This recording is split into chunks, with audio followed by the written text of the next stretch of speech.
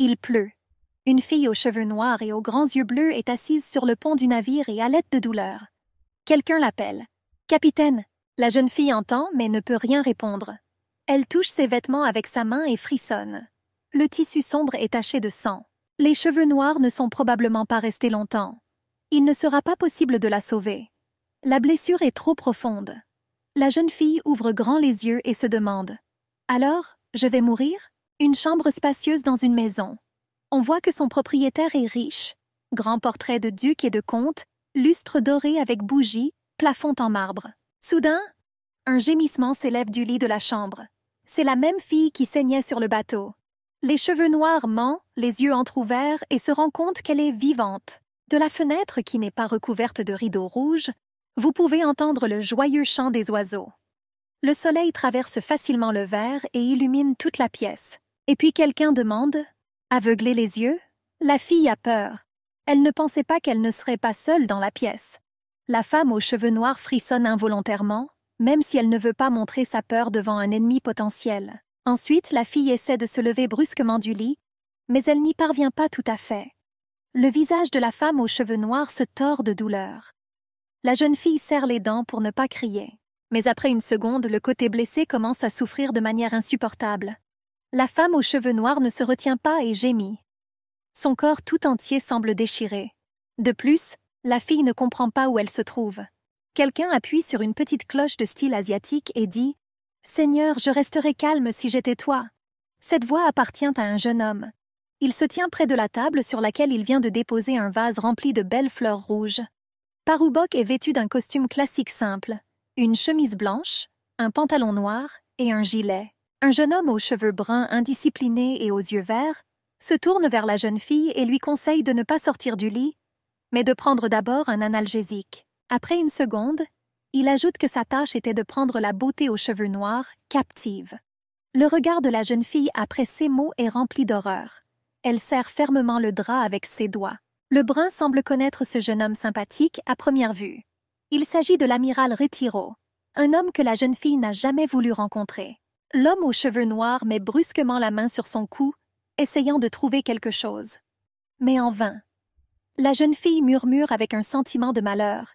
« Il est parti ?» L'amiral, qui surveillait attentivement les actions de la femme aux cheveux noirs, se dirige vers le coin de la pièce. Il sort quelque chose de sa poche et demande d'un air moqueur à la captive si c'est la chose qu'elle recherche si désespérément. Retiro se retrouve instantanément à côté de la femme aux cheveux noirs effrayée et se penche sur elle, bloquant toutes les issues de secours possibles. Le jeune homme regarde dans les yeux de la jeune fille, qui essaie de faire semblant de ne pas comprendre de quoi il parle. Puis le jeune homme tend la main, tenant une pierre rouge sur un fil. Le jeune homme sourit gentiment, plisse les yeux et dit « Peut-être que personne ne le sait. » L'homme aux cheveux noirs se fige sur place, incapable de bouger. Son secret a-t-il été résolu? Pendant ce temps, le jeune homme continue en affirmant que le véritable combattant est en réalité une fille. Revenons un peu en arrière. La soirée de ce jour-là était magnifique jusqu'à ce que la jeune fille voie ce foutu amiral. Il y a un mois, un navire stationnait dans le port d'une ville côtière. Tous les membres de l'équipe appellent le capitaine du navire. Finalement, il sort de sa cabine. Il semble qu'il ne soit pas très heureux d'avoir été distrait de questions importantes. Le capitaine se frotte le front et dit « Allen, tu n'es pas obligé de parler comme ça. J'ai tout entendu. » Le capitaine est un jeune homme élancé, de taille moyenne, aux cheveux noirs et aux yeux bleus. Il porte la tenue habituelle du capitaine. Des bottes hautes, une chemise blanche, un gilet court rouge, une ceinture marron et bien sûr, un chapeau à large bord. Dans l'équipe des pirates, le garçon est appelé le Real Fighter. Et bien que tout le monde, sans exception, respecte le capitaine, l'un des membres de l'équipage est désormais en colère contre lui. Un homme aux cheveux blonds serre les poings et crie à l'arrivée de l'amiral. L'expression du visage du vrai lutteur passe immédiatement d'ennuyé à choqué.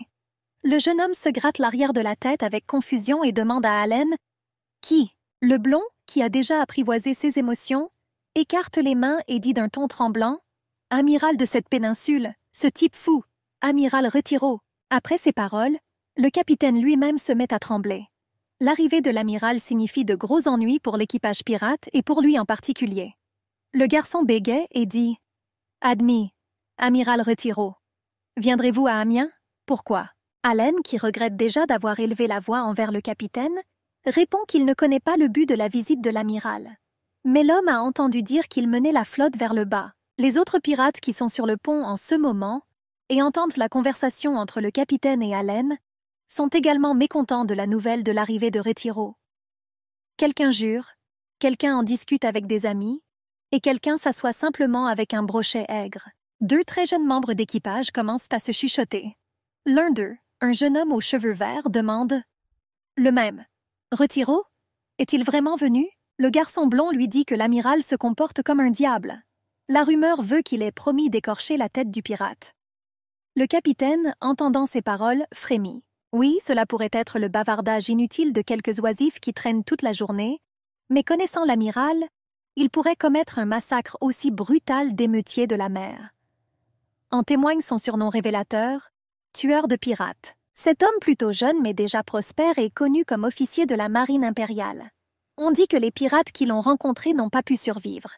Retiro détestait absolument tous les représentants de ce genre d'activité peu honnête.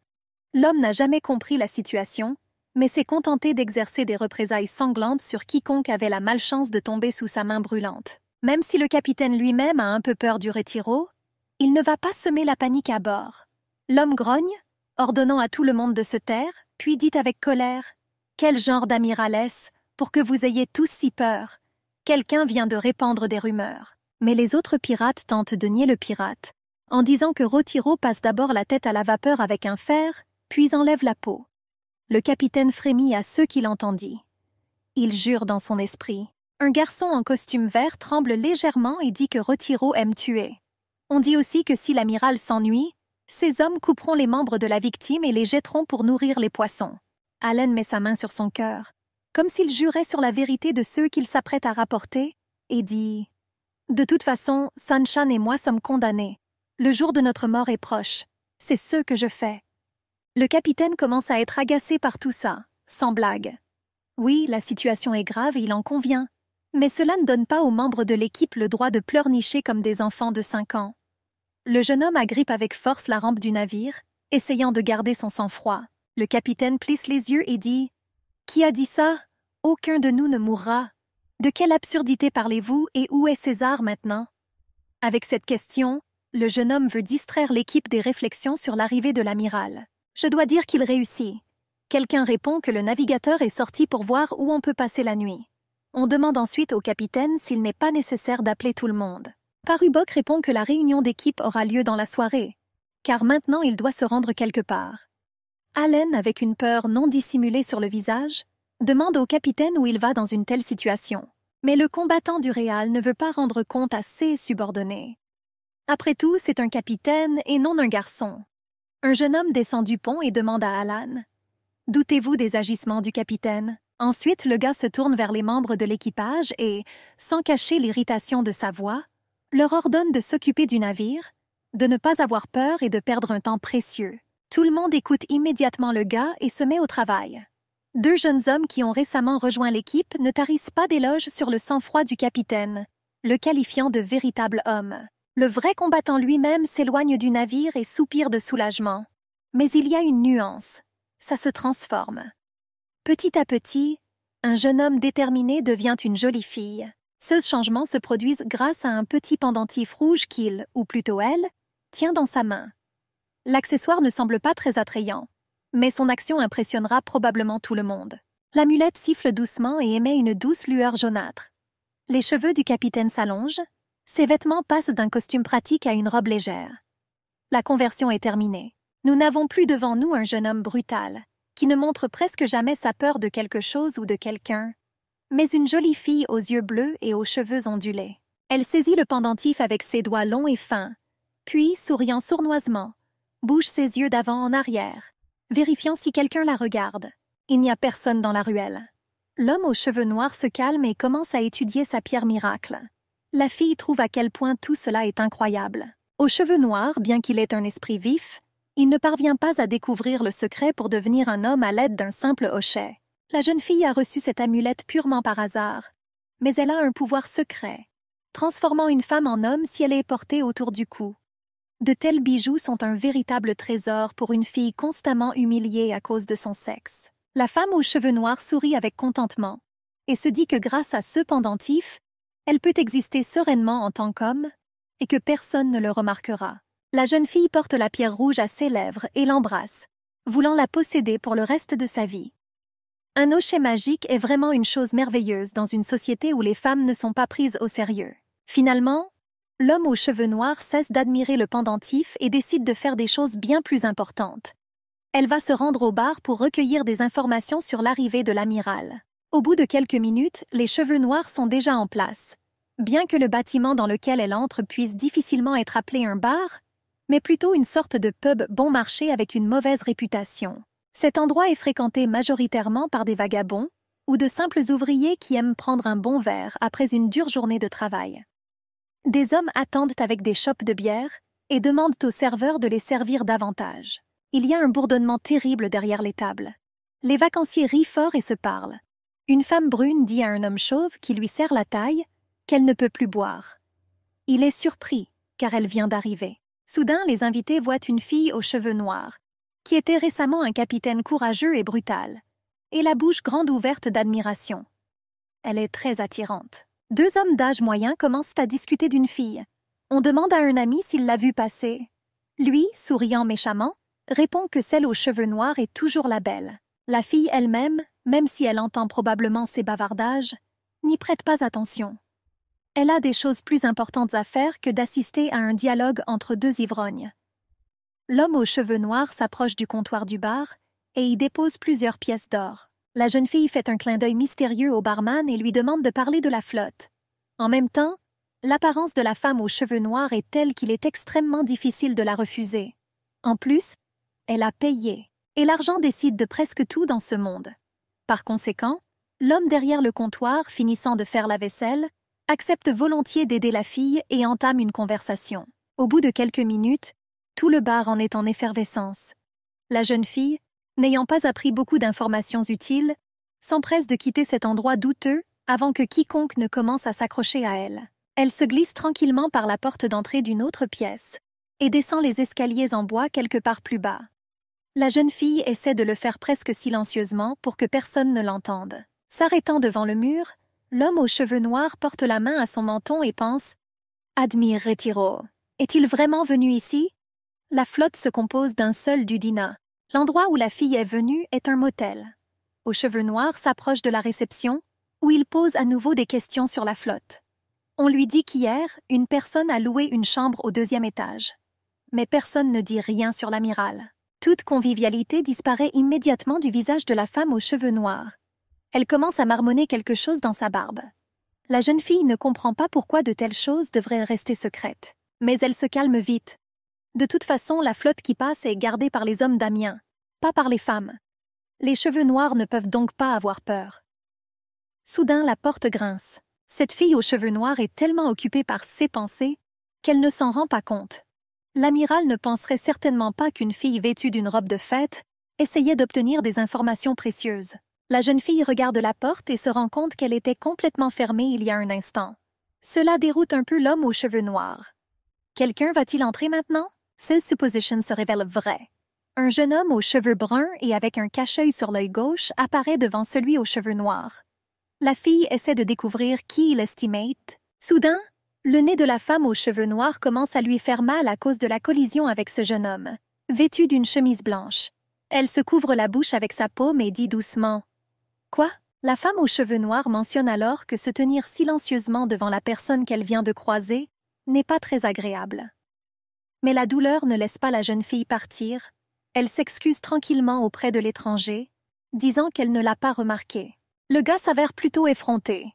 Il ne répond rien, mais lève la tête haute et regarde quelque part sur le côté, faisant semblant de ne pas voir l'homme aux cheveux noirs. Agacé par le comportement de la jeune fille, le jeune homme lève le poing vers le visage du jeune homme, essayant d'avoir l'air menaçant, et crie « Tu n'as pas une trop haute estime pour toi. Maintenant, quelle dame !» Cependant, la jeune fille n'est pas pressée de frapper, mais continue. « Excusez-vous pendant que je vais bien. Êtes-vous un homme ou êtes-vous seulement capable de vous lever et de rouler des yeux ?» Le jeune homme regarde encore quelques secondes le poing de la femme aux cheveux noirs, Puis, avec un sourire moqueur, dit que c'est étrange. Il semble que la jeune fille n'ait pas réussi à lui faire peur. La femme aux cheveux noirs, qui n'a pas immédiatement entendu les paroles du garçon, lui ordonne de bien se comporter.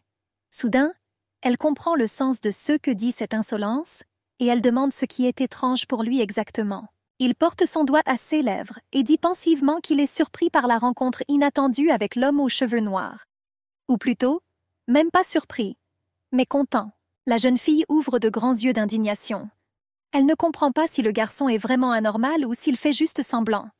Comment peux-tu être si insolent? Alors la femme aux cheveux noirs, qui tremble déjà, parle d'un air mécontent en baissant un peu la voix. « Je vais le répéter pour la dernière fois. Excusez-vous correctement. » Selon l'étiquette, les deux personnes devraient s'excuser pour leur inattention. Le jeune homme semble perplexe. Il semble qu'il ne voulait pas délibérément mettre la jeune fille en colère. Le gars se gratte l'arrière de la tête et dit que, bien sûr, la collision est de sa faute, mais la femme aux cheveux noirs est plus à blâmer, car elle regardait le sol en sortant dans le couloir. De plus, le gars ne comprend pas pourquoi elle est si en colère. Il est amusant. La jeune fille montre le garçon du doigt et commence à pousser une tirade colérique. « Eh bien, quel genre de garçon est-il? As-tu aimé que j'aie des larmes de douleur? Es-tu un pervers ou quelque chose comme ça? » Le jeune homme baisse la tête, tentant de cacher un sourire désormais déplacé. Mais il n'y parvient pas. Un rire bref mais audible s'échappe des lèvres du jeune homme. La femme aux cheveux noirs serre les dents et se met à siffler faiblement. Elle dit « Tu es toujours drôle? » Comment ce gamin ose-t-il agir ainsi? La fille pense qu'il l'humilie à cause de son sexe. Elle décide de frapper le garçon pour qu'il arrête de se moquer d'elle et s'excuse. La fille est déjà en train de mettre son pied, mais le garçon l'arrête en lui serrant fermement le genou avec sa main. La femme aux cheveux noirs est incapable de prononcer un mot. Elle est tellement choquée. Comment cet imbécile a-t-il pensé à la toucher? Il a complètement perdu la tête. Mais la jeune fille ne peut pas laisser de tels actes impunis. Elle serre les doigts en un point.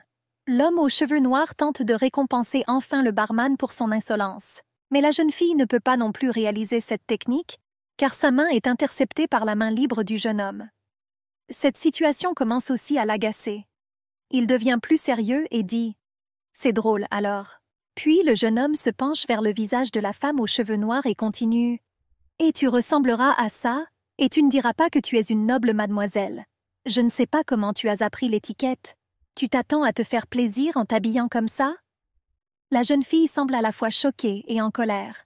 Pour autant, le jeune homme ne songe pas à s'arrêter.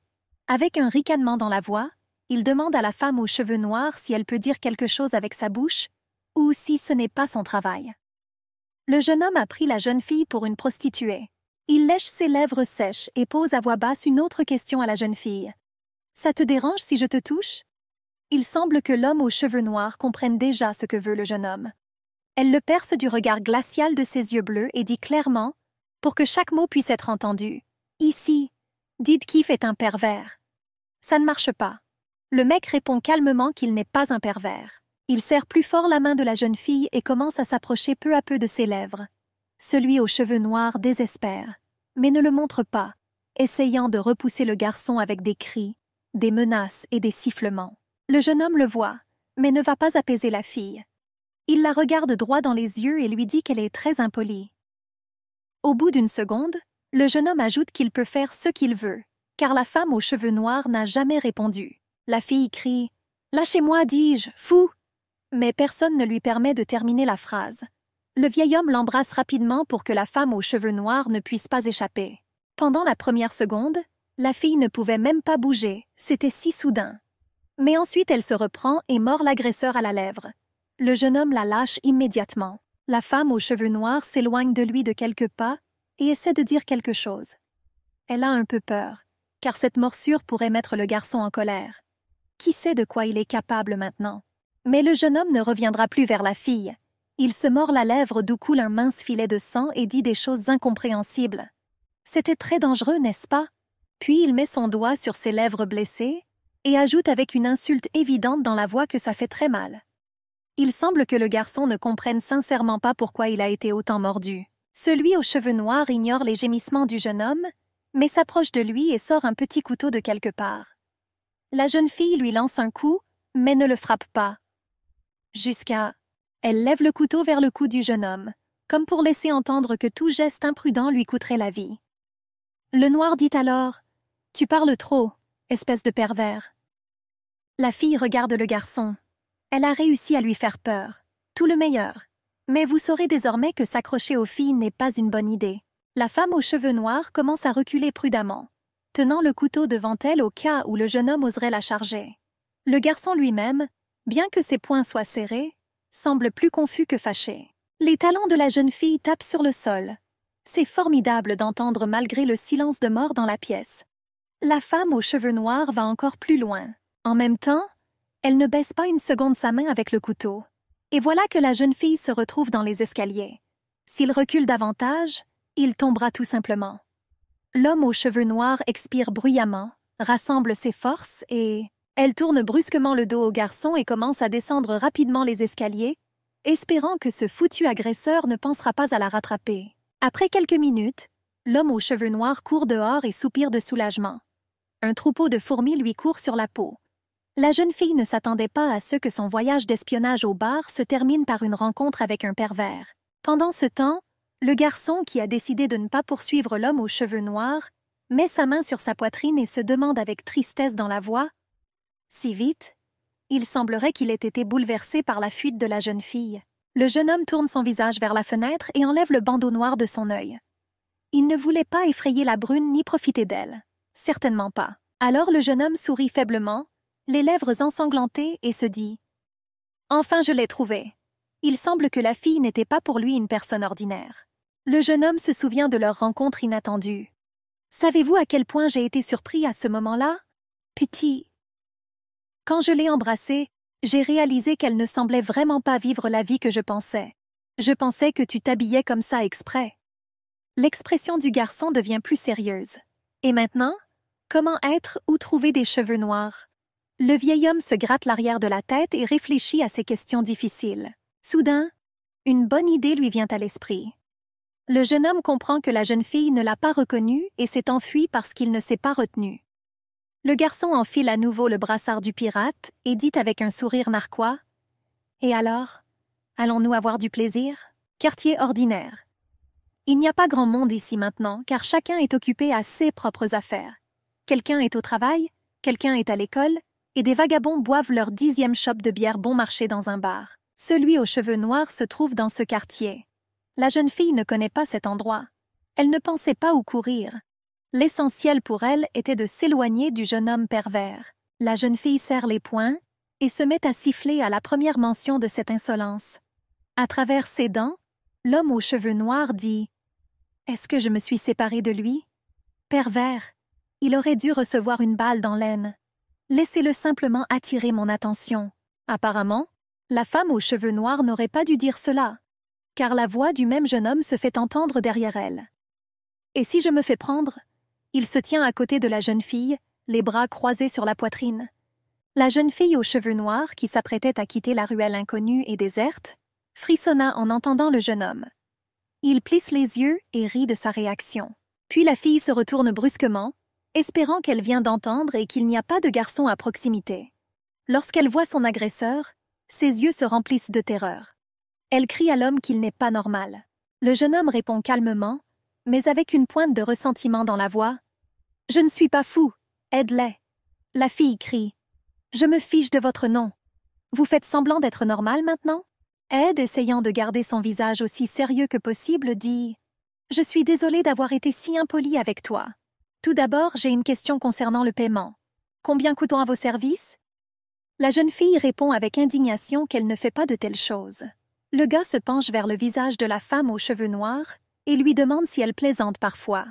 Après tout, on peut penser à n'importe quoi à propos d'une fille dans une telle tenue. Puis le jeune homme penche la tête de côté, plisse ses yeux verts et avec un sourire agacé dit « Quoi? N'est-ce pas vrai? » Il prononce délibérément ces mots sur un ton innocent pour mettre la jeune fille en colère. La femme aux cheveux noirs détourne la tête, relève fièrement le menton et répond avec colère qu'elle aime juste les robes comme celle-ci. Mais dans la tête de la fille, c'est complètement différent. Elle pense que le jeune homme est un imbécile. Ces vêtements quelque peu révélateurs sont nécessaires pour recueillir des informations. Le gars regarde la robe beige ouverte de la femme aux cheveux noirs et dit pensivement qu'elle a l'air très inhabituelle. Il voit la colère de la jeune fille, qui semble s'estomper maintenant, et lui demande parfois si elle n'est pas une perverse. La femme aux cheveux noirs joint ses mains sur sa taille comme une vraie dame, et se prépare à laisser le garçon tranquille. Mais entendant qu'il la considère comme une perverse, il tourne la tête et dit « C'est qui tu es ?» Ed ne va pas suivre la fille. Il la rattrape et lui dit que sa phrase sur la perversion est une simple blague ou un malentendu. Le jeune homme s'excuse auprès de la femme aux cheveux noirs et lui demande son nom. La fille ne rit plus. Elle pose une contre-question à la barmaid. « Pourquoi me suis-tu toujours ?» Mais l'homme aux cheveux noirs n'entend aucune réponse et cela l'agace. Est-ce si difficile de répondre normalement? Finalement, Lil se rend compte que le jeune homme ne lâchera pas si facilement, et s'arrête. Elle se tourne vers le garçon et commence à le bombarder de questions. « Que fais-tu? Pourquoi cours-tu après des inconnus? » Ed, mettant ses mains dans ses poches, dit à la fille qu'il l'aimait bien. Il raconte qu'il est tombé amoureux d'une fille aux cheveux noirs au premier regard, qu'il n'a pas pu la sortir de sa tête et qu'il l'a suivie. Aussi, le jeune homme demande son nom à la jeune fille pour la deuxième fois. Le regard de la femme aux cheveux noirs irradie une légère irritation et somme. Le mec ne veut même pas l'écouter et continue de parler des siens. C'est très désagréable. La jeune fille rit doucement et dit froidement qu'elle déteste ceux qui harcèlent quelqu'un sans lui demander son avis. Un tel comportement semble très laid. Puis l'homme aux cheveux noirs recommence à sortir un couteau de sa ceinture et dit à voix basse. Cette manie de persécution n'est-elle pas caractéristique des pervers? Le jeune homme n'a pas peur de l'arme de la jeune fille. Au lieu de cela, il baisse la tête, frustré. Lil continue de le prendre pour une sorte de monstre. Même le comportement sociable du jeune homme ne pouvait pas la calmer et lui remonter le moral. La jeune fille ne remarque pas l'expression du visage d'Ed et lève la lame du couteau directement vers sa gorge. Maintenant, ce gamin ne pourra certainement pas faire de mal à la femme aux cheveux noirs. Un geste, et elle lui trancherait la gorge. Le gars lève les mains, essayant de convaincre la fille qu'il ne veut rien dire de mal. Il dit « C'est vrai, mais c'est comme si je te connaissais depuis l'Antiquité. C'est pour ça que je ne pouvais pas te quitter des yeux. » Ces mots ne fonctionnent pas sur un homme aux cheveux noirs. Elle enfonce le couteau d'1 millimètre dans le cou du garçon. Il comprend que la situation est critique, alors il s'empresse d'ajouter « Je suis désolé si j'ai causé des ennuis au début. » Le gars propose à l'homme aux cheveux noirs de l'emmener avec lui pour plusieurs raisons. Premièrement, elle ne sera pas gênée par sa garde, compte tenu de la situation de la ville, et deuxièmement, il pourra informer la femme aux cheveux noirs des préférences du comte Damien en matière de femmes. Lil éloigne instantanément le couteau du cou du jeune homme. La proposition du jeune homme intéressa beaucoup l'homme aux cheveux noirs. Après tout, elle a désormais surtout besoin d'une source d'informations fiable sur les événements qui se déroulent à Amiens. Blackhair admet à contre-cœur qu'Ed n'est pas si mauvais, même s'il est très méfiant. La fille dit son nom, Lil. Au bout de quelques minutes, le jeune homme et l'homme aux cheveux noirs se promènent dans la ville et discutent. La jeune fille demande au jeune homme s'il connaît l'amiral Retiro. Le garçon répond qu'il a entendu parler d'une telle personne. Il demande également à la fille de l'appeler Ed. Lil ignore le garçon. Il dit en plaisantant qu'elle est impolie. Un garçon et un homme aux cheveux noirs passent devant des étals de fruits et légumes frais. La jeune fille ne peut pas détourner ses yeux des pommes de différentes variétés. Ils ont l'air si juteux et appétissants que vous aurez envie de les attraper directement sur le comptoir et de les manger. Cependant, celui aux cheveux noirs le fait. Elle choisit une grosse pomme rouge et la sort discrètement de la boîte. Aucun des vendeurs n'a dit un mot sur cet acte. Donc ils n'ont rien vu. Tant mieux pour la femme aux cheveux noirs. Lil porte la pomme parfumée à ses lèvres et en prend une petite bouchée. Le fruit a un goût très agréable. Le seul qui a remarqué que Lil prenait la pomme sans la payer était Ted. Il demande à la jeune fille avec un ton de reproche et de surprise dans la voix « Vous venez de le voler ?» Mais il répond assez grossièrement au barman, pour qu'il ne se mêle pas de ses propres affaires. Le garçon décide qu'il vaut mieux laisser cet acte sur la conscience de la femme aux cheveux noirs. Tom reste simplement silencieux. La jeune fille est contente que le jeune homme ne lise pas ses notes.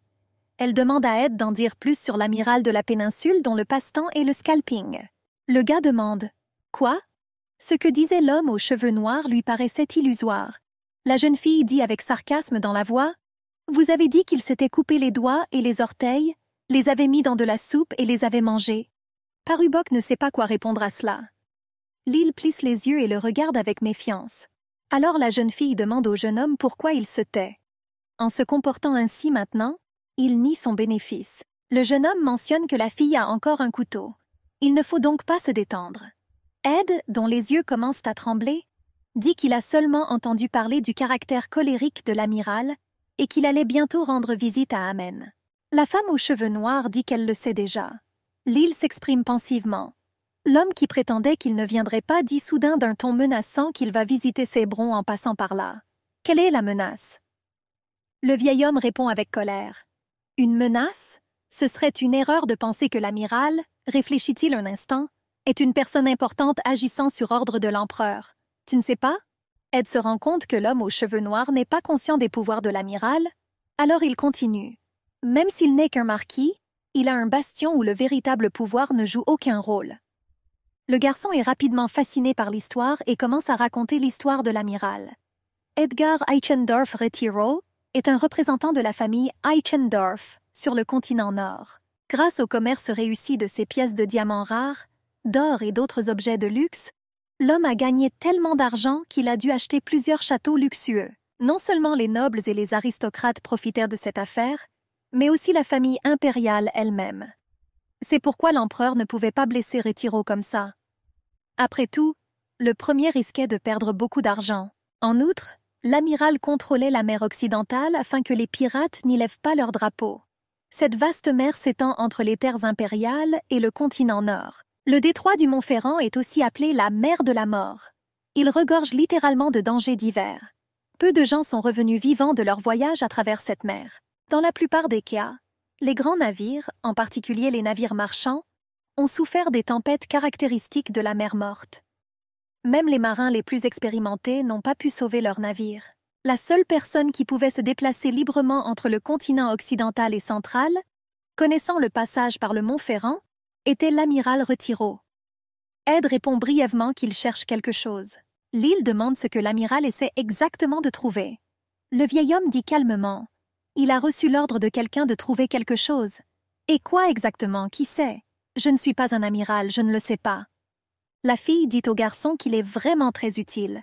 Mais Ed est-il sûr de ses paroles? D'où a-t-il obtenu cette information? Le jeune homme raconte qu'il était autrefois proche du maître d'équipage de l'amiral. Depuis, son petit ami entretient de nombreuses relations. Le vieil homme lève le doigt et dit avec un peu de condescendance « Je suis content que tu ne m'aies pas pris en vain. Je suis une excellente source d'informations. » Ed est fier de lui. Aux cheveux noirs, quant à lui, se rend compte que toutes les rumeurs sur l'arrivée de l'amiral sont basées sur des faits réels. Pour cette raison, il vaut la peine d'écouter autant que possible les informations de la flotte. De cette façon, vous pouvez découvrir où sont les mensonges et où se trouvent les mensonges.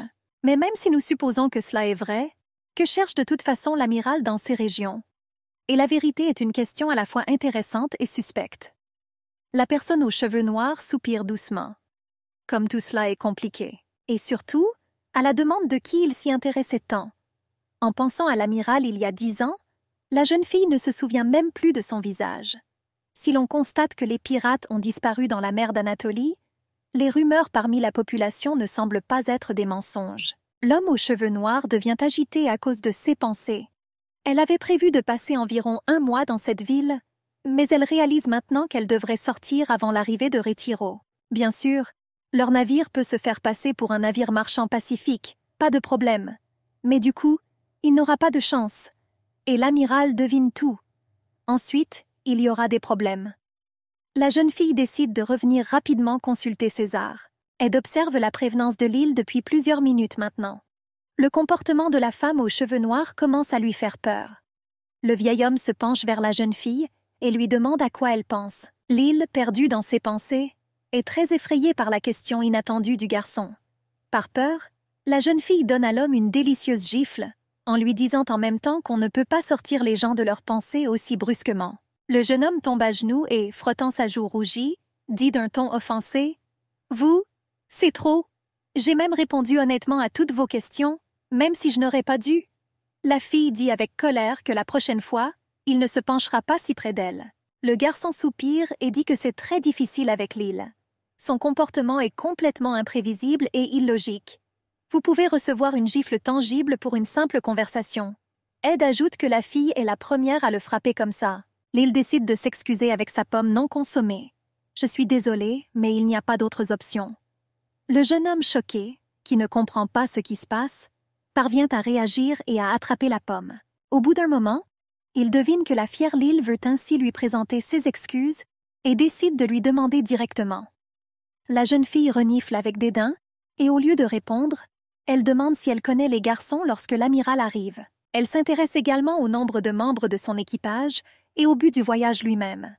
Parubok répond que, selon ses calculs, Retiro mettra environ 2 mois sur le chemin vers la ville, mais qu'il pourrait arriver encore plus tôt. Ensuite, le jeune homme parle du navire de l'amiral. Biche. C'est un navire très rapide avec de nombreuses cabines. Il peut intervenir auprès de plus de 500 personnes. Ed ajoute que malgré cela, l'amiral aime prendre la mer seul. La jeune fille est surprise par ce fait. Si Retiro aime faire des incursions indépendantes dans l'une des mers les plus dangereuses du monde, qui est responsable de la gestion globale, il s'avère qu'il existe un meilleur vaisseau que Biche pour ce travail. En conséquence, tous les pouvoirs sont transférés à son capitaine. Au bout de quelques minutes, Ed et Lil se retrouvent près d'un immense bâtiment. Lorsque la jeune fille l'interroge sur cette œuvre d'art, le jeune homme explique patiemment que l'édifice est la propriété du comte Damien. Lil pose une autre question au jeune homme. « Alors, tu connais probablement aussi les filles que le comte invite chez lui ?» Confus, Ed demande à la fille pourquoi elle saurait cela. Elle s'indigne. Que signifie « pourquoi » ? Pendant ce temps, le gars continue de deviner dans quel but la fille veut utiliser cette information. Si, bien sûr, il l'obtient. Le brun pense que le jeune homme en dit trop. Soudain, le garçon s'arrête, décidant après tout de répondre à la question de Lil, qui ne cessera probablement jamais de lui soutirer des informations, et commence à piétiner au même endroit. Le jeune homme serre les poings, et d'une voix tremblante soit de colère, soit d'excitation, dit que le comte est toujours la vieille femme. La fille ne comprend pas l'anxiété du garçon et lui demande « Et alors ?» Parubik s'indigne. « Comment ça? Qui sait de quoi il est capable à cause de ta beauté ?» Aux cheveux noirs comprend que ce comportement d'Ed est causé par une jalousie ordinaire. C'est assez ennuyeux. Le jeune homme ne se retient pas et se met à crier à tue-tête. « Comment peux-tu être aussi insouciant, alors que le comte est sur le point de te tromper ?» Lil demande comment cela peut arriver s'il pense qu'elle est en couple avec Ed. Le comte ne courtisera pas une fiancée. Mais le garçon n'entend pas l'homme aux cheveux noirs et continue de demander. « Vous n'êtes pas de ceux qui aiment les oncles chauves avec un ventre plus gros qu'eux, n'est-ce pas ?» Lil dit d'un ton ennuyé et fatigué. « À quoi ça sert? J'ai juste besoin de voir le décompte. Mais si ça te calme, je n'aurai pas de liaison avec lui. » Le jeune homme aux yeux grands ouverts ressemble à la femme aux cheveux noirs qui, il y a quelques heures, était complètement satisfaite de son apparence. Ed. Était-ce juste un canular? Le gars ne se retient pas et se met à bouder comme un adolescent dont le cœur a été brisé par une fille. Ed essaie en larmes de prouver à Lil qu'il est bien meilleur que le comte. Il ne vaut même pas la peine d'être comparé à lui. Parubik, submergé par les émotions, serre les poings et crie « Qu'est-ce qui peut vous plaire chez quelqu'un qui n'a même rien à prendre? Comment ça? » Le gars décide alors de recourir à des manipulations bon marché. Apparemment, la jalousie lui a écrasé la cervelle. Le jeune homme crie « Tu vas me perdre comme ça !» Lil regarde le garçon et admet que son toit a disparu. Comment peut-il lâcher de tels mots alors qu'ils se sont rencontrés il y a seulement quelques heures et ne se connaissent pas du tout? Finalement, Lil en a assez de tout cela et prend les choses en main. La fille dit fermement au garçon de s'arrêter tout de suite et de la suivre. Sinon, cela le rendra vraiment inutile. Lorsque le gars essaie de s'y opposer, la fille dit qu'il devrait se couper les cheveux. Le jeune homme passe instantanément de sa souffrance à ces mots. Que viens-tu de dire? » La jeune fille s'excuse sans une once de pitié dans la voix. Ed ne comprend sincèrement pas quel genre de vieille fille essaie de s'entendre avec le comte. L'homme aux cheveux noirs ordonne au garçon d'arrêter de pleurnicher une seconde fois, puis se tait, ne sachant pas comment répondre à sa question. Le jeune homme baisse la tête et dit sérieusement « Si vous regardez le comte, vous comprendrez que je suis 100 fois meilleur que lui. Je ne comprends tout simplement pas pourquoi. » La jeune fille porte à son cou un éventail, un objet que possède toute femme honnête, et répond résolument « Assez, j'apprendrai tout moi-même sans votre aide. » La femme aux cheveux noirs ne mentait pas en disant cela. Elle se dirige en effet vers le comte maintenant, agitant le joli éventail rose qu'elle a acheté en chemin vers le domaine. Bien entendu, Ed accompagne la jeune fille. Malgré les déclarations bruyantes du garçon selon lesquelles Lil pourrait le perdre, il continuera à suivre celui aux cheveux noirs comme un chien fidèle après son maître. L'homme et la jeune fille s'approchent du portail, où ils sont accueillis par un soldat. Un jeune homme en uniforme rouge classique sursaute en voyant les arriver. Le fait est qu'il dormait et ne s'attendait pas à ce que quiconque rende visite à son maître. Le soldat salue Lyle poliment, mais son visage rayonne de surprise. Comme d'habitude, des aristocrates respectables viennent au comte pour affaires. Et ici, une femme, mais aussi très beau. Au bout d'une seconde, le gars se souvient que se comporter ainsi même avec une femme n'est pas très correct. Alors il pose une question stupide à la femme aux cheveux noirs. « Êtes-vous un civil ?» Lyle a envie de hurler comme un loup à cause d'une telle bêtise, et quelqu'un d'autre dit que les hommes sont bien plus intelligents que les femmes.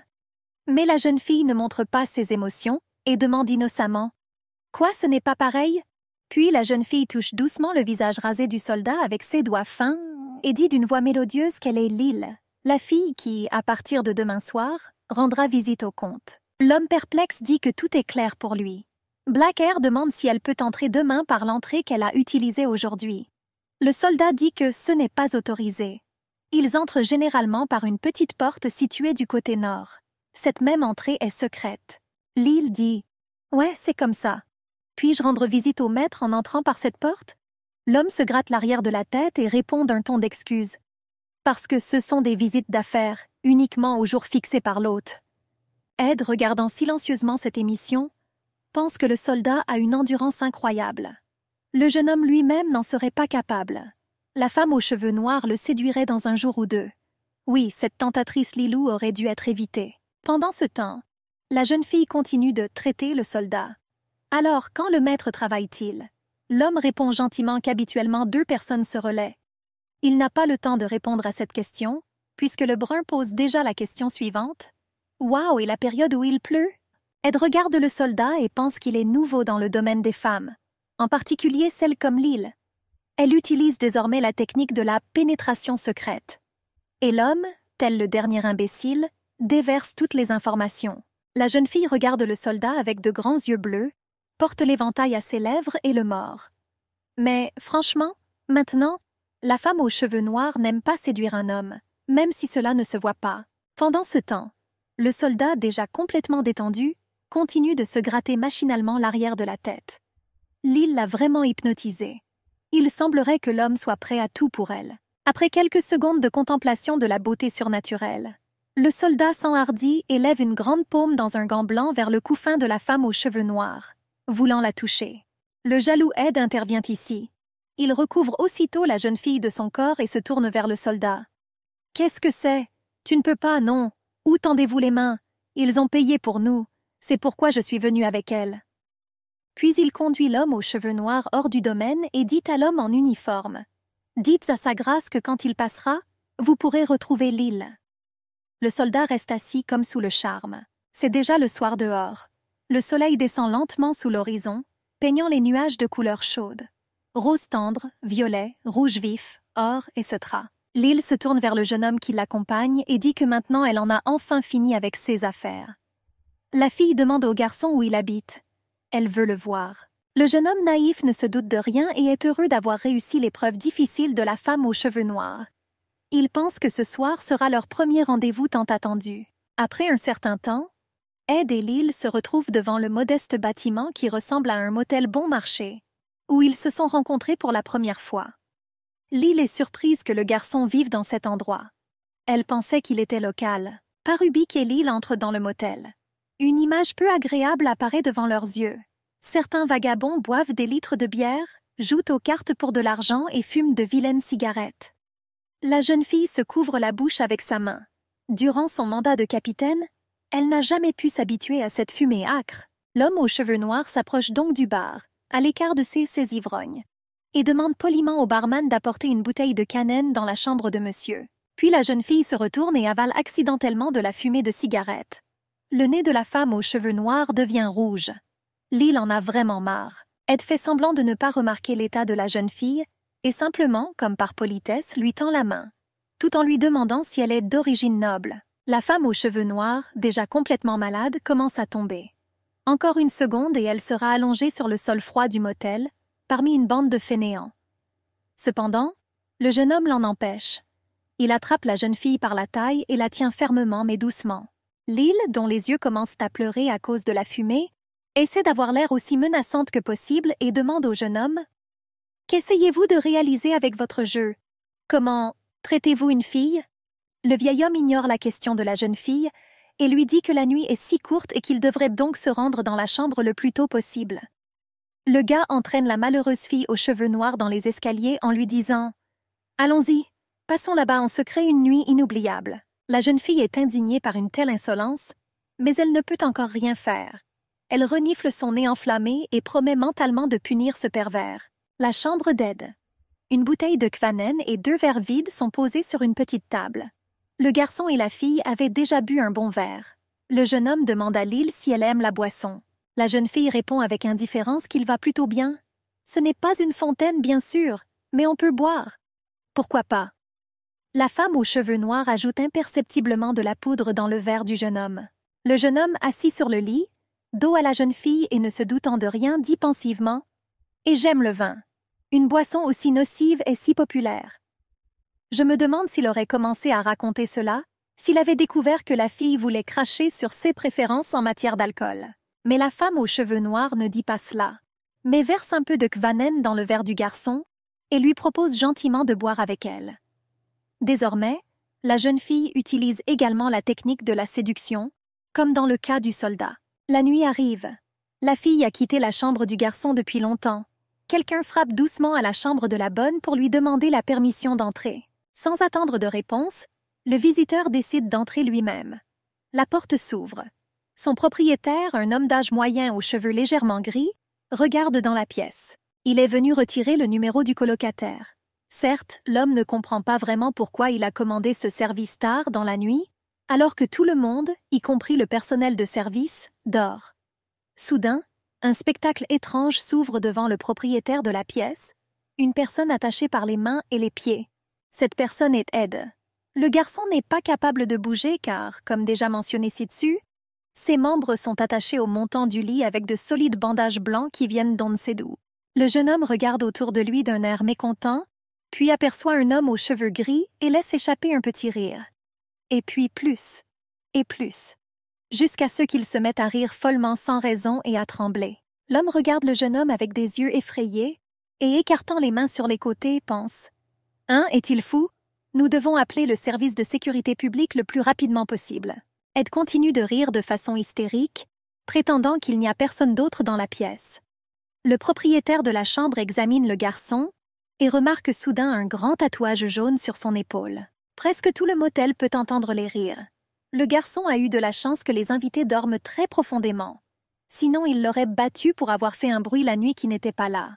L'homme en est bien conscient. Alors il s'empresse de dénouer le nœud pour pouvoir fermer rapidement l'appel-cas. Le propriétaire de la salle pense que ce fou est de la marine. Finalement, le jeune homme se tait et devient une personne tout à fait adéquate. Il s'assoit sur le lit, se frotte les poignets douloureux à cause des bandages serrés et se tourne vers le propriétaire. « Prêtez-moi des vêtements. J'ai versé un acompte. Échange égal. » L'homme ne répond pas, mais semble être d'accord car le jeune homme a vraiment payé. Puis Ed pose une autre question au propriétaire de la chambre. « Tu te souviens de cette fille aux cheveux noirs qui était à côté de moi hier? » L'homme sourit sournoisement et donne une réponse affirmative. Le vieil homme semble mécontent que quelqu'un d'autre que lui ait vu cette fille incroyablement belle. Le jeune homme lui demande si elle vient souvent au motel. Le propriétaire de la pièce dit l'avoir vue pour la première fois. Le temps passe. Le jeune homme a déjà repris ses esprits et quitte la pièce. Bien qu'il ait un violent mal de tête et que ses vêtements puent, il doit d'abord se rendre à la résidence du comte. Soudain, le propriétaire de la chambre appelle le garçon. Le jeune homme hésite à répondre. De quoi d'autre ce roturier a-t-il besoin? De toute façon, il faisait trop attention. L'homme lui tend un morceau de papier et lui dit « Il y avait ça près du lit. Il semble que quelque chose soit écrit ici pour vous. » Le vieil homme prend le mot, remercie le propriétaire de la chambre et s'en va. Une fois à l'extérieur de l'hôtel, le garçon déplie un morceau de papier et commence à lire un message qui commence par son nom Ed. Le jeune homme comprend que cela a été écrit par nul autre que Lil. Le gars sourit sincèrement. Bien que la jeune fille se soit comportée très froidement et avec indifférence avec lui, elle a répondu à la demande du garçon de l'appeler Ed. Donc tout n'est pas perdu. Le garçon continue de lire. « Que vous soyez Ed ou n'importe qui d'autre, traitez l'île selon l'étiquette de Cesborn, la capitale impériale. Je vous informe que vous avez reçu une punition assez légère. » Apparemment, la jeune fille a délibérément écrit la première partie de la lettre de quelqu'un d'autre, essayant d'effrayer le jeune homme. Dans le paragraphe suivant, l'homme aux cheveux noirs dit au barman qu'il ne souillera jamais son noble corps avec un tel pervers. Mais c'est loin d'être la fin. Lyle dit au jeune homme qu'il devrait considérer son acte comme une miséricorde, un cadeau du ciel. Après tout, elle ne l'a pas complètement déshabillé, mais a heureusement laissé ses sous-vêtements. La dernière phrase de la lettre de la femme aux cheveux noirs se lit comme suit: « J'ai volé et jeté toutes les pièces d'or dont j'ai entendu parler. Vous pouvez les chercher dans la rue la plus proche. » Le jeune homme se souvient de la soirée précédente, qui ne s'est pas terminée sur une note très agréable et romantique. La femme aux cheveux noirs l'a attiré dans un motel pour se venger. Elle promit de récompenser le menuisier pour son travail et le temps qu'il passait avec elle. Mais c'était un mensonge. Au lieu de cela, Lyle a commandé une boisson forte, a versé un somnifère dans le verre du garçon, puis a attaché le soutien-gorge. Ed marchait dans le couloir. Il entra dans la résidence de l'amiral où on l'attendait déjà. Un domestique, probablement un majordome, descendait les escaliers et se demandait quand l'amiral reviendrait. Ed se tenait au milieu du couloir, regardant l'homme descendre les escaliers. Il tenait également une lettre entre ses mains. Le domestique, s'approchant de l'amiral, fut horrifié. Mais ce n'est pas surprenant, car ses lèvres ont été mordues et il y avait une blessure au cou. Et lui-même n'avait pas l'air le meilleur. Le gars s'est souvenu de l'image de Lyle, cheveux noirs, yeux bleus, et sa question de savoir si elle sait comment le comte invite les filles chez lui. Pensa-t-il et se mordit la lèvre. À cause de cela, elle a encore saigné. Une idée lui vint à l'esprit. Soudain, quelqu'un l'a appelé. Bien sûr, le même serviteur. Mais l'amiral n'a pas aimé et il a ajouté que si vous mettez le majordome dans les escaliers, il sera impossible de distinguer s'il s'agit d'une personne. Il ne comprenait pas, mais le comte expliquait tout. La graisse du serviteur les sauvera la prochaine fois qu'ils seront attaqués par des pirates. Nommé Ed montait les escaliers. Pendant ce temps, le majordome n'était pas du tout contrarié, bien au contraire. Finalement, il a réussi à s'entendre avec l'amiral et il ne parle pas en phrases courtes. Cependant, les blessures provenaient-elles des pirates? Pensa-t-il. L'amiral l'a fait signe. Mais le serviteur décida qu'il avait finalement deviné juste et dit que son maître pouvait être honnête avec lui. Il a seulement regardé et a tout de suite compris que c'était l'œuvre de pirates. Amiral, ça ne sert à rien de lui mentir. Avec ces mots, l'homme suivit le garçon. Cela agaça Ed qui se tourna brusquement et cria au majordome de ne pas le suivre. Il a noté que le garçon était extrêmement têtu. Mais ses pensées s'exprimèrent à haute voix. L'amiral se mit en colère. Cependant, sa colère disparut rapidement lorsqu'il remarqua quelque chose d'intéressant dans les mains du serviteur. C'était un reportage sur les pirates d'Amiens. En fait, un navire marchand est arrivé il y a quelques semaines, dirigé par le pirate Lyle Saez. L'amiral regarda le journal avec intérêt. Il l'a pris au majordome et lui a demandé pourquoi il voulait tant que le comte revienne. Et maintenant il se tue. Ennuyeux, en l'escortant hors de la pièce, Ed lui conseilla de trouver quelque chose de plus original la prochaine fois. Bureau. Il y a de nombreux livres en arrière-plan. L'amiral se tenait le dos et réfléchissait à quelque chose. Sous sa main se trouvait une pile de papier. Pensa-t-il à voix haute, il a dit qu'il n'avait même pas de poste à Amiens. Compte tenu du peu d'informations disponibles, il semblait qu'il venait juste d'arriver ici. Les yeux verts de l'amiral brillèrent. Il tenait un stylo devant lui. Il y avait de nombreux journaux de différents départements à proximité. Le gars a décidé d'examiner d'abord le voilier qui avait récemment accosté au port. Et cela vaut également la peine d'en apprendre davantage sur la fille aux cheveux noirs. Il se souvenait de son image. Cependant, il s'est vite rendu compte qu'elle était visible et qu'elle s'était déjà déguisée. La première fois qu'il l'a vue, elle se comportait comme un mec, et elle l'a menacé bien plus vivement que la situation ne l'exigeait. Pensa l'amiral. D'une manière ou d'une autre, tout cela lui semblait suspect. Un homme petit et faible. Chercher un homme petit et faible parmi les marins qui ont débarqué. Alors il a écrit dans l'ordre. Cette querelle est inhabituelle et il attend avec impatience leur prochaine retrouvaille. Elle était tellement obsédée par l'idée d'entrer et de sortir de la résidence que tôt ou tard, elle apparaissait ici. Il lui est beaucoup plus facile de pénétrer n'importe où que pour un homme de petite taille. Hormis la belle beauté, rien ne sera remarqué. Le jeune homme regarda les papiers devant lui. « D'ailleurs, je prendrai bien soin d'Amiens », a-t-il rappelé les paroles de l'empereur Philippe II. Le garçon s'étira sur sa chaise. Tout cela était si amusant qu'il entendit même la voix de l'empereur. Soudain, Le vent s'est engouffré dans le bureau par la fenêtre ouverte. Les papiers volèrent immédiatement non seulement à travers la pièce, mais aussi par la fenêtre. Le comte leur tendit la main. Il se dirigea vers la fenêtre et pensa qu'il n'avait pas de temps à consacrer aux pirates d'Amiens. Il faisait déjà nuit dehors. En effet, il était trop occupé.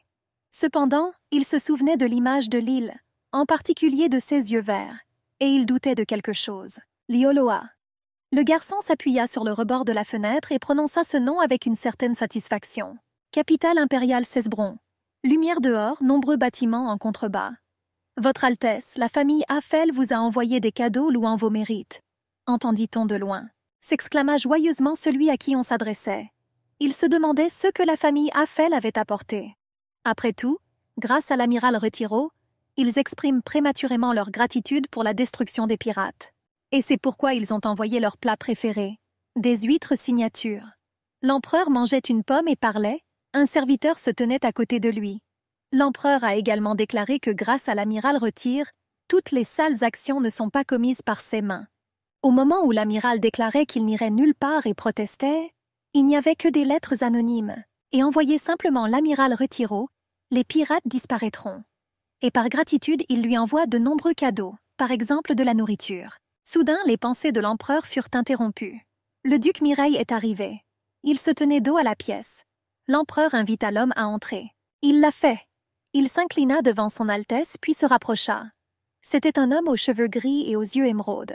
L'empereur demanda ce que le serviteur tenait dans ses mains et ordonna que tout lui soit apporté pour l'inviter. Il a répondu que c'était trop d'arc. Mais l'empereur s'est exclamé que cela ne suffisait même pas, car grâce au duc, il commençait à vivre confortablement. L'empereur proposa d'essayer des pommes. Ils venaient juste d'être livrés et ils étaient délicieux. L'invité en a pris un. L'empereur a demandé comment ils avaient obstinément nagé jusqu'à midi. Le duc regarda la pomme et répondit qu'il n'y avait pas d'autre moyen secret. C'est juste que l'empereur a entendu des ragots intéressants. Une fille courait dans les rues sombres. C'était l'île. Elle pensait qu'Edgar s'intéressait peu aux arts anciens et anciens. C'est pourquoi l'île a été choisie, pas celle du sud, où se trouvent des artefacts si rares, et elle le lui a fait savoir. C'est tout. La jeune fille tenait une amulette rouge à la main. Elle était déjà dans la pièce et sur le point de se déshabiller quand quelqu'un entra. La jeune fille a demandé pourquoi il était si tard. Un garçon César entra dans la pièce, aux cheveux blonds et aux yeux rouges. Il a demandé si l'île errait encore dans la rue comme ça. Il la regarda avec intérêt, surtout sur son corps. On dit que l'amiral est déjà en route pour Amiens, dit l'homme. Il a demandé si un Amiens ordinaire pouvait obtenir l'information. Il s'est tenu au-dessus de la jeune fille et a déclaré qu'il avait également entendu parler des ragots. L'île s'est excusée. Elle a dit qu'elle était juste inquiète. Sa main toucha le garçon et elle tomba elle-même dans ses bras. Il le serra doucement et fermement. Le gars comprenait les sentiments de l'île et était prêt à la soutenir. Le jeune homme a déclaré qu'il était dégoûté par la simple pensée des opinions des hommes sur l'île. Elle le regarda avec intérêt. Il serait beaucoup plus calme si la fille portait toujours une amulette rouge et des vêtements pour homme. Après tout, seul cela peut la sauver. Cependant, l'île a assuré au jeune homme que tout allait bien, car lui seul sait qu'elle est une fille. Soudain, quelque chose lui vint à l'esprit. On disait que l'amiral écorchait les pirates et les donnait à pêcher. Est-il vraiment comme ça? Vous êtes une de ces vieilles connaissances, a demandé l'île. La sueur coulait sur le visage du garçon. Il a demandé si la fille voulait vraiment enlever la peau. Pensa le gars. Il n'avait pas revu son ancien ami depuis qu'il était devenu amiral. Pourtant, son personnage était assez inhabituel dans le bréol. Insolite. Après ces mots, l'île a pensé pour une raison quelconque à Ed, notamment avec ses expressions. « Tu vois, j'avais raison. » L'amiral n'a jamais été intéressé par une guerre avec le Sud. Le garçon a demandé si l'île avait des suppositions sur sa visite ici. Il a pris du recul et a dit qu'ils n'étaient que de vieux amis, donc il ne pouvait pas tout savoir même s'il le voulait. Et en général, il ne le connaît qu'en général. Mais il peut affirmer une chose avec certitude. Il n'est pas motivé par le pouvoir ou la soif d'argent. Probablement quelque chose dans la mer du Sud a attiré son attention. De plus, son hobby est de collectionner des œuvres d'art. Cela a surpris l'île. Elle regarda son interlocuteur avec intérêt. Peut-être que le scalping est aussi une sorte d'art, pensa l'île. Cela peut plutôt être considéré comme un meurtre et elle commence à ressentir un danger. Quelle meilleure façon de le faire? La jeune fille cherchait mentalement la bonne marche à suivre dans une telle situation. Ses yeux ressortaient particulièrement sur fond d'obscurité générale. Le jeune aux yeux rouges regarda Lil. Il lui a demandé pourquoi elle pensait aux autres hommes autour de lui. La jeune fille fut surprise. Elle a répondu qu'il ne devrait pas être si dur. D'ailleurs, il sait que l'amiral n'est pas pour elle. Mais elle n'eut pas le temps de finir lorsqu'elle fut interrompue. Le blond serra la fille dans ses bras et la pressa contre lui. Il a dit son nom, quelque chose l'intéressait. Il a demandé si la fille l'aimait. En même temps, il la regarda attentivement dans les yeux et attendit une réponse. Lil toucha le visage du garçon avec sa main. Elle répondit rapidement par l'affirmative et embrassa le garçon. Pendant une seconde, la fille fut distraite et répéta qu'elle aimait. Ils se fondirent dans un baiser. Lil s'est assise sur les genoux du garçon aux yeux rouges et a apprécié leur temps ensemble. Il fut décidé de se faufiler dans le manoir du comte Damien et de voler des informations sur la flotte. Il était nécessaire de discuter des détails pour y arriver. Ils en ont parlé sur le bateau. Quelqu'un a demandé au capitaine s'il était nécessaire de tout compliquer à ce point. Après tout, tout est très compliqué. Vous pouvez simplement entrer par la porte principale. Il y avait des barils de boissons sur le sol de la cabine. Quelqu'un a répondu que Marenzio avait tout dit simplement et bel et bien. Mais le capitaine leur a demandé de quoi ils s'inquiétaient. Il semblait que beaucoup d'entre eux ignoraient complètement la situation. Ça fatiguait Lil. Elle a expliqué dans le récit de son mari. Il y a quelques semaines, des types ont tenté de cambrioler le navire de l'amiral. Mais ils ont été tellement blessés qu'ils ne peuvent plus revenir à cause de la douleur. La mort de Sana les a affaiblis. C'est dangereux. De plus, le capitaine a demandé si l'équipage avait entendu parler de l'arrivée de l'amiral. Est-il possible d'avancer dans une telle situation? Même s'ils sont nombreux, ils mourront tout simplement s'ils entrent par l'entrée principale. Mais les garçons criaient qu'ils coupèrent la mer comme une voile. Ils peuvent résister à tout. Après tout, ne sont-ils pas des baleines noires? Le capitaine lui tournait le dos. Elle a dit à haute voix aux pensées stupides de l'équipe qu'elle les tuerait tous si elle n'en faisait qu'à sa tête. Lil leva soudain l'un des poignards les plus audacieux à son cou. Elle a dit que quiconque la battrait à nouveau souffrirait gravement. Le poignard s'envola de ses mains et vola en direction de ceux qui crièrent le plus fort. Ils n'ont même pas eu le temps de réaliser quoi que ce soit. Ils se sont juste figés d'horreur. L'arme s'est écrasée contre le mur à quelques millimètres d'un garçon, lui faisant une belle frayeur. Le capitaine a déclaré que si quelqu'un d'autre se comportait ainsi, il serait pendu à côté du personnage sur le navire. Ce sera plutôt bien à regarder. Après cela, le capitaine a invité tout le monde à se lever et à partir rapidement. Mourez à l'entrée principale. Cependant, l'opinion de l'équipe a déjà changé. Tout le monde s'est exclamé que se faufiler serait plus amusant s'ils passaient par l'entrée principale. Ils avaient terminé. Ils se rendirent finalement compte que le capitaine avait raison. Tout le monde a dit qu'il ne fallait pas monter tout droit et a levé sévère au capitaine. Comme c'est bien qu'il puisse voler sur terre ce qui ne peut être atteint depuis la mer natale. Le capitaine a répondu qu'après avoir pénétré par effraction dans la résidence de l'amiral, chacun pourrait emporter ce qu'il voulait. Tout leur appartiendra. Bien sûr, tout le monde a aimé. Les hommes ont commencé à féliciter leur capitaine, disant qu'il était cool et que rejoindre son équipe était la bonne décision. Un marin a demandé comment ils pourraient surprendre leurs ennemis. Le capitaine rit. Il répondit que ce n'était pas la première fois qu'ils pénétraient sur des navires ennemis. C'est la même chose, juste sur terre. Un autre membre de l'équipe a crié que personne ne devait les reconnaître ni les voir. Ils agiront selon un schéma éprouvé. La nuit, les ombres noires, ils ont volé ce dont ils avaient besoin. Il a tout compris correctement. Le capitaine aimait le garçon et la rapidité de ses pensées. Oui, la nuit, ils se feront passer pour les gens de Madame Rouge. George Darling, le manoir du comte Damien. Dès le début, le comte était nommé ici par le gouverneur. Mais après une bataille avec des pirates pour les îles d'Amiens, le gouverneur fut capturé et la flotte écrasée. Auparavant, le gouverneur avait fait de son mieux pour s'échapper d'Amiens. Mais maintenant que plusieurs années ont passé, le comte a développé une relation assez étrange avec les pirates. Autrement dit, il a été volé et capturé, mais le lendemain, il a tout récupéré. Après tout, il a toute une armée de soldats à Amen qui lui est subordonnée. Lil se tenait dehors. Elle a demandé à une vendeuse combien coûtait un ventilateur. Ed, qui était à proximité, lui a demandé pourquoi elle l'avait. Mais elle l'interrompit en lui disant que ce n'était pas ses affaires. Pensa le gars. Ses yeux brillèrent. Il aimait de plus en plus cette fille. Lil pensa au fait qu'elle n'avait jamais cambriolé un manoir auparavant. Le comte de Lille fut volé et fait prisonnier, mais les troupes restèrent près de lui. Elle n'aurait pas pris de risque si elle n'avait pas eu besoin de découvrir l'information de manière aussi urgente. Une calèche traversait la sombre forêt. Soudain, elle s'est arrêtée. Quelque chose est arrivé à la roue. Les cochers, les jeunes gens, Jerry Carman, le premier matelot et Luca Marenzio, le tireur, répondirent qu'ils y seraient arrivés plus vite à pied. Mais Madame Rouge n'y prêta aucune attention.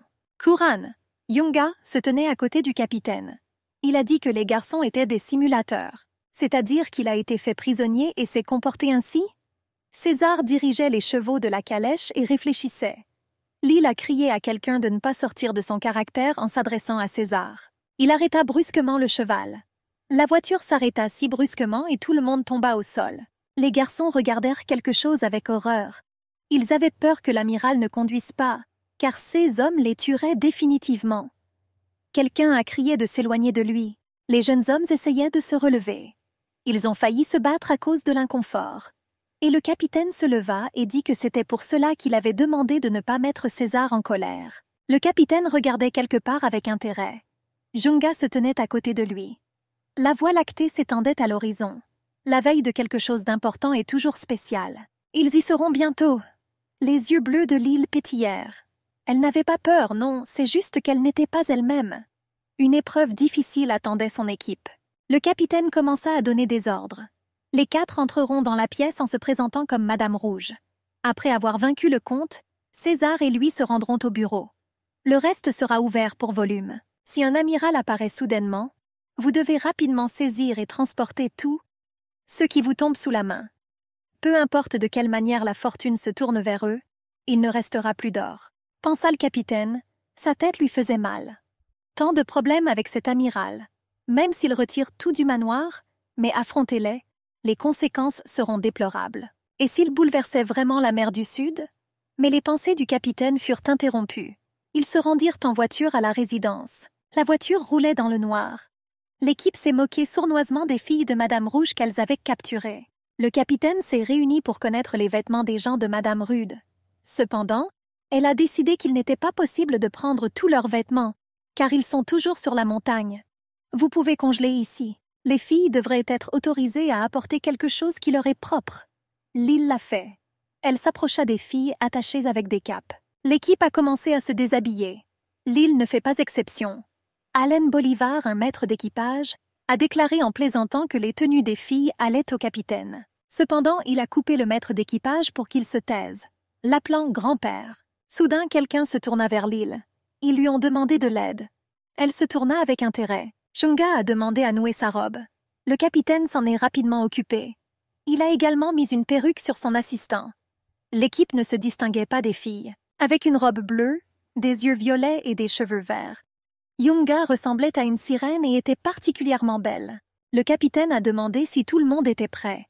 Il remarqua que l'un des Curran, Young, brillait directement. Ce n'est pas pour rien qu'ils l'ont emmené. Les garçons se sont complimentés en plaisantant sur les tenues des filles. Un homme a proposé à Curran de servir correctement le comte aujourd'hui. Tout le monde s'est retrouvé à rire. Cependant, tout à coup, la robe de ce garçon a commencé à se déchirer. Il était horrifié et ne savait pas comment agir. La tenue se détachait au niveau des coutures. Ça avait l'air drôle. Toutes les personnes présentes ont vu la poitrine nue de l'homme. Ils ont ri et se sont exclamés qu'il avait de vrais fourrés. En plaisantant, comme si de vraies dames se couvraient les yeux avec leurs mains. Cependant, l'homme se tourna vers le capitaine. Il a demandé de quel genre de cirque il s'agissait, et il a dit qu'il ne s'agissait pas d'une intrusion et d'un volume, mais d'une sorte de moquerie. Mais le capitaine est venu et a dit qu'il ne comprenait pas de quoi parlait Merencio. Après tout, il convenait parfaitement au genre de fille de cette pièce. Elle a attiré l'attention sur ses formes élégantes. Comme un vrai capitaine, elle a loué et élevé l'esprit combatif. Le garçon fut même surpris un instant. Le capitaine s'est exclamé que Merencio devait être confiant. Après tout, c'est désormais lui qui peut mieux faire face à la séduction. Personne ne pourra le révéler avec certitude. Le capitaine a annoncé que Merencio s'occuperait du décompte. Ses yeux brillèrent. C'est Merencio qui le fera. L'homme s'est couvert la bouche avec sa main. Il ne s'y attendait pas et avait même peur. D'autant plus qu'il ne savait pas du tout séduire les hommes. Cependant, il s'est rapidement ressaisi et a déclaré qu'il ferait de son mieux. L'équipe derrière a ri. Quelqu'un s'est exclamé « Waouh !» Après cela, le capitaine est revenu à la définition des tâches. Il était déjà temps pour eux de sortir avec le comte. La voiture resta debout dans la forêt sombre. Les pirates marchèrent dans le couloir de la résidence. C'était calme, sombre mais luxueux. Ils étaient conduits par un serviteur. Il tenait dans ses mains une bougie qui éclairait le chemin. Les filles riaient de manière séduisante. L'homme devant n'aimait pas ça. Il s'est retourné et a dit que les filles devaient enlever leurs imperméables. Ils s'arrêtèrent brusquement. Tout le monde avait peur. Merenzio déglutit nerveusement. Ses yeux violets remplis de peur. Il ne voulait pas vraiment révéler son visage sous la cape, surtout quand il se souvenait de la robe déchirée. Mais le capitaine a pris le contrôle de la situation. Il a répondu qu'ils avaient des tenues spéciales aujourd'hui. Et le comte doit d'abord les voir. Personne d'autre n'est autorisé. Mais si un homme exige... Cependant, il a rapidement repris ses paroles. L'île sourit. Ils s'arrêtèrent devant la porte de l'amiral. Le domestique frappa. Immédiatement, la porte s'ouvrit et les filles furent invitées à entrer.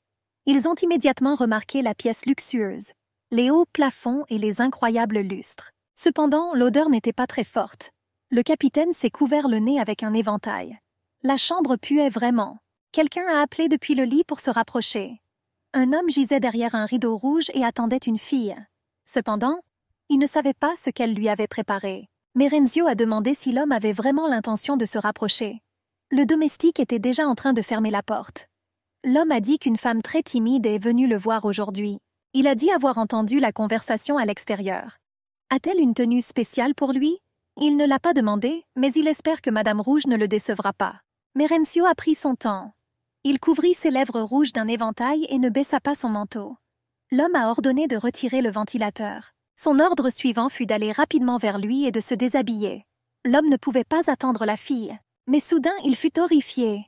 Ce qu'il a vu l'a non seulement surpris, mais aussi effrayé. Une fille aux grandes formes et à la beauté incroyable s'est approchée de l'homme. Elle s'assit sur ses genoux et le regarda attentivement dans les yeux. Sa lueur violette dans ses yeux prit le contrôle total. L'homme semblait vouloir s'arrêter ou demander quelque chose, mais la jeune fille n'était pas intéressée. Elle toucha son visage avec sa main et continua son travail. Soudain, l'île apparut devant lui. Elle lui ordonna de se taire s'il voulait vivre. L'homme n'a pas compris ce qui se passait et a demandé qui elle était. Il n'aimait pas tout cela. Un fracas se fit entendre depuis la pièce. Le domestique se retourna surpris.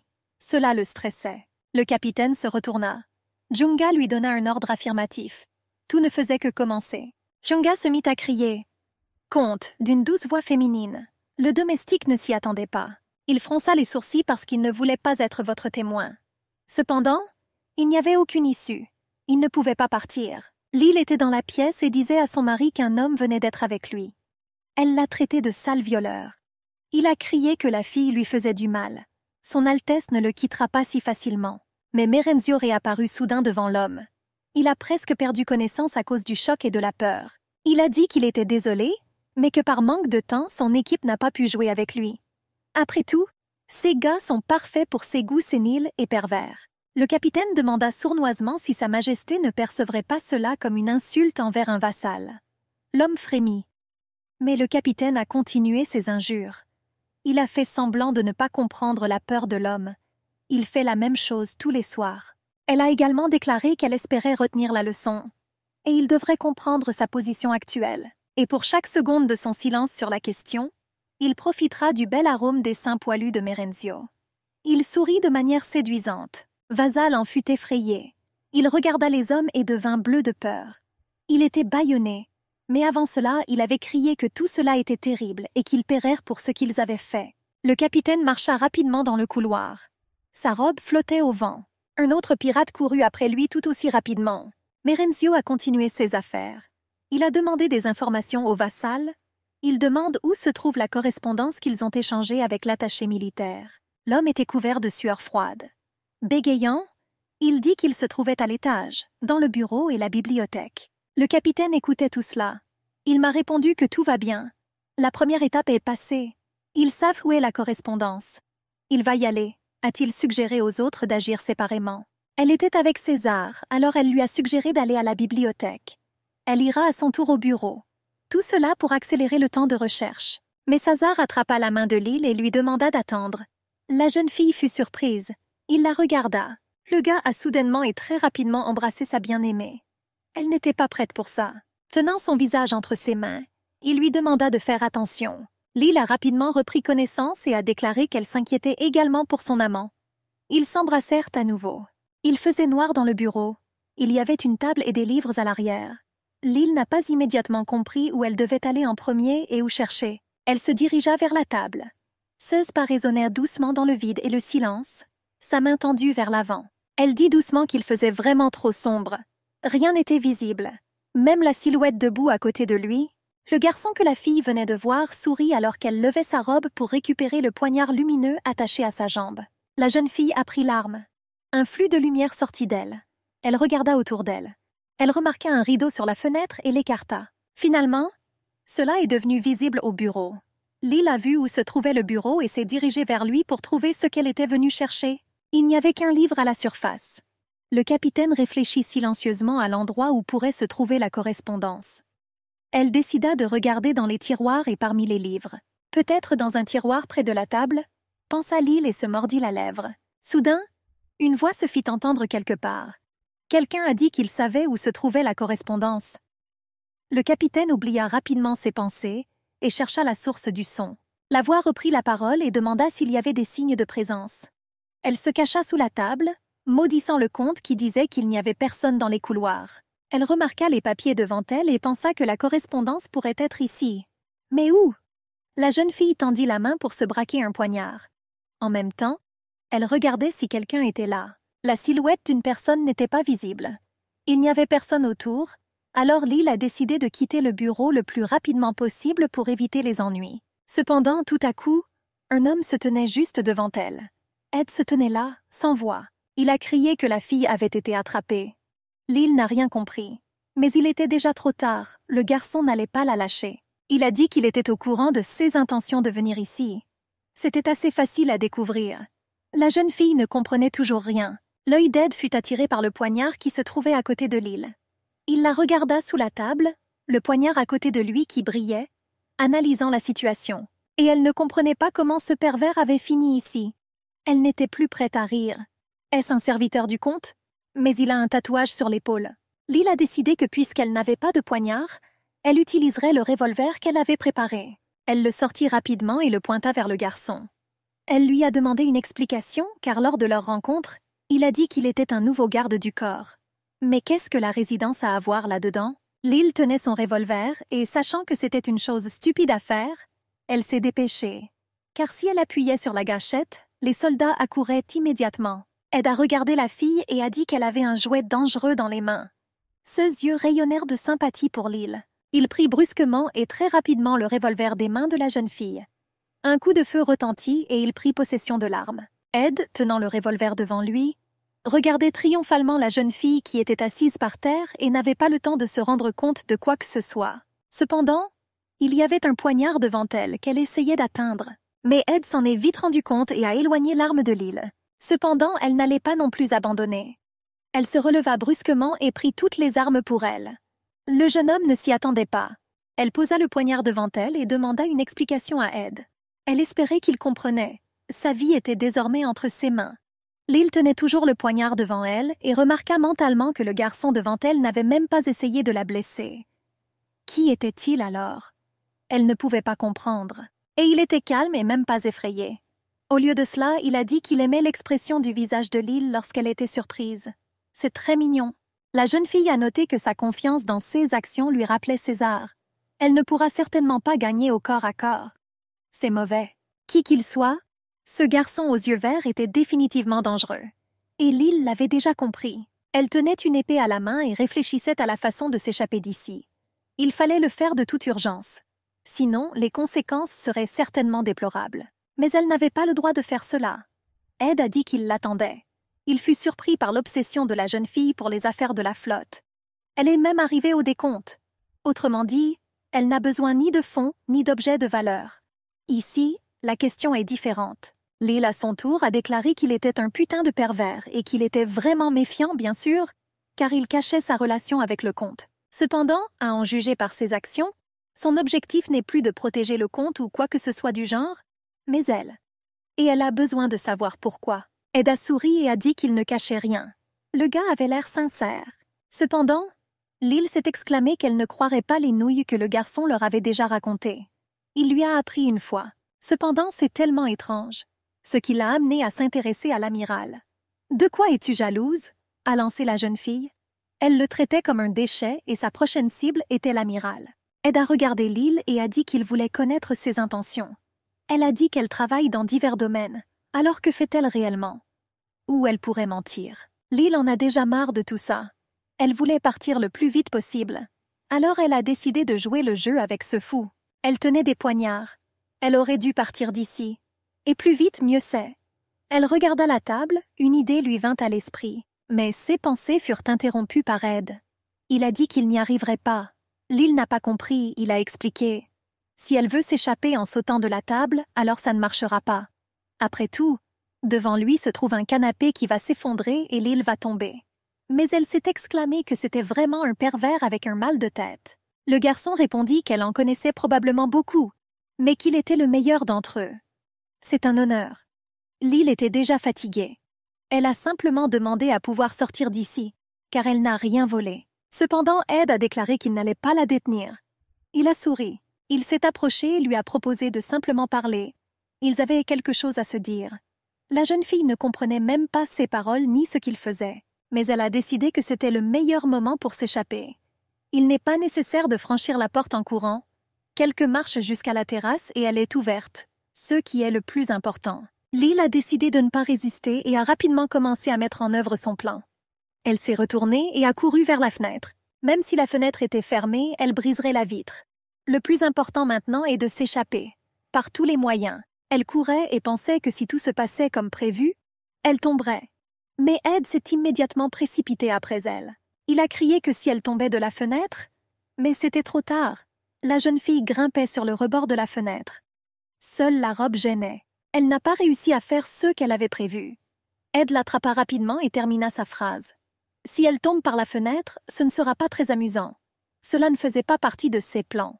Il la tenait si près qu'elle ne pouvait plus respirer. Ils tombèrent avec fracas. Lil était juste devant Ed. Le gars s'est rapidement levé et a cassé les mains de la fille. Elle a crié de douleur et a presque perdu connaissance. Ed s'est excusé. Il a dit qu'il ne voulait pas blesser Lil, alors elle ferait mieux de rester tranquille. La fille a maudit le garçon. Et il a dit que c'était mignon et a pensé à comment il devrait être avec elle. Il avait déjà certaines idées. Peut-être l'attacher. La façon dont elle lui a fait ça à l'hôtel. Lil était horrifiée. Elle a compris que si rien n'était fait maintenant, toute l'équipe serait en danger. Il n'y a peut-être aucune chance de succès, mais le reste des gars doit absolument partir d'ici. Elle a commencé à leur crier de reculer. Ed ne s'y attendait pas et se couvrit rapidement la bouche. Il espérait que personne ne l'entendrait, mais soudain des bruits vinrent du couloir. Cela lui a fait une bonne frayeur. Il était évident que quelqu'un avait brisé la vitre. Soudain, César fait irruption dans le bureau. Il tenait une épée dans ses mains et disait qu'Ed n'avait aucune manière.